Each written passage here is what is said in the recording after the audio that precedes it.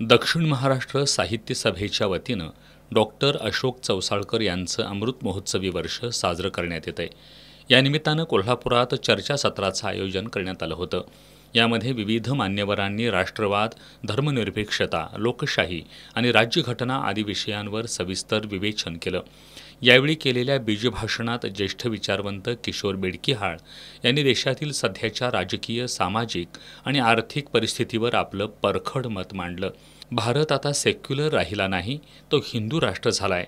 2024 नंतर बरंचसं काही बदललंय।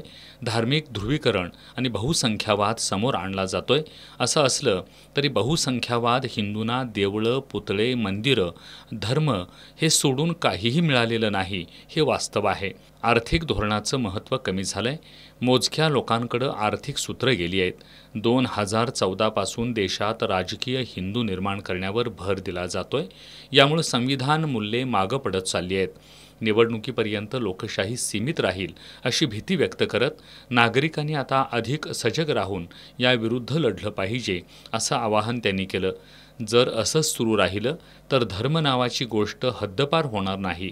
सर्व धर्म समभावाची धर्मनिरपेक्षतेला जोड मिळाली नाही तर ते बळकट होणार नाही, असंही त्यांनी स्पष्ट केलं।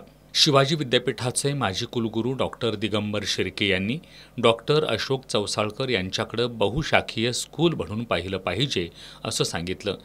चांगला माणूस म्हणून राहायचं असेल तर मानवशास्त्र गरजेचं आहे। तो विचार मांडण्याचं काम डॉक्टर चौसाळकर यांनी केलंय। ते विचार आज आपण इतरांपर्यंत पोहोचवण्याची गरज त्यांनी व्यक्त केली। याप्रसंगी अनेकांनी आपलं मनोगत व्यक्त केलं। यावेळी माया पंडित, ज्येष्ठ पत्रकार विजय चोरमारे, भारती पाटील, प्रकाश पवार, प्रमोद आलेकर, गौतमीपुत्र कांबळे, राधेश्याम जाधव, अरुण खोरे, प्राचार्य नागोराव कुंभार, शिवाजी पाटील, दक्षिण महाराष्ट्र साहित्य सभेचे अध्यक्ष भीमराव धुळुबुळू, गौरी भोगले, दी बा पाटील, विनोद कांबळे यांच्यासह साहित्यिक आणि नागरिक उपस्थित होते।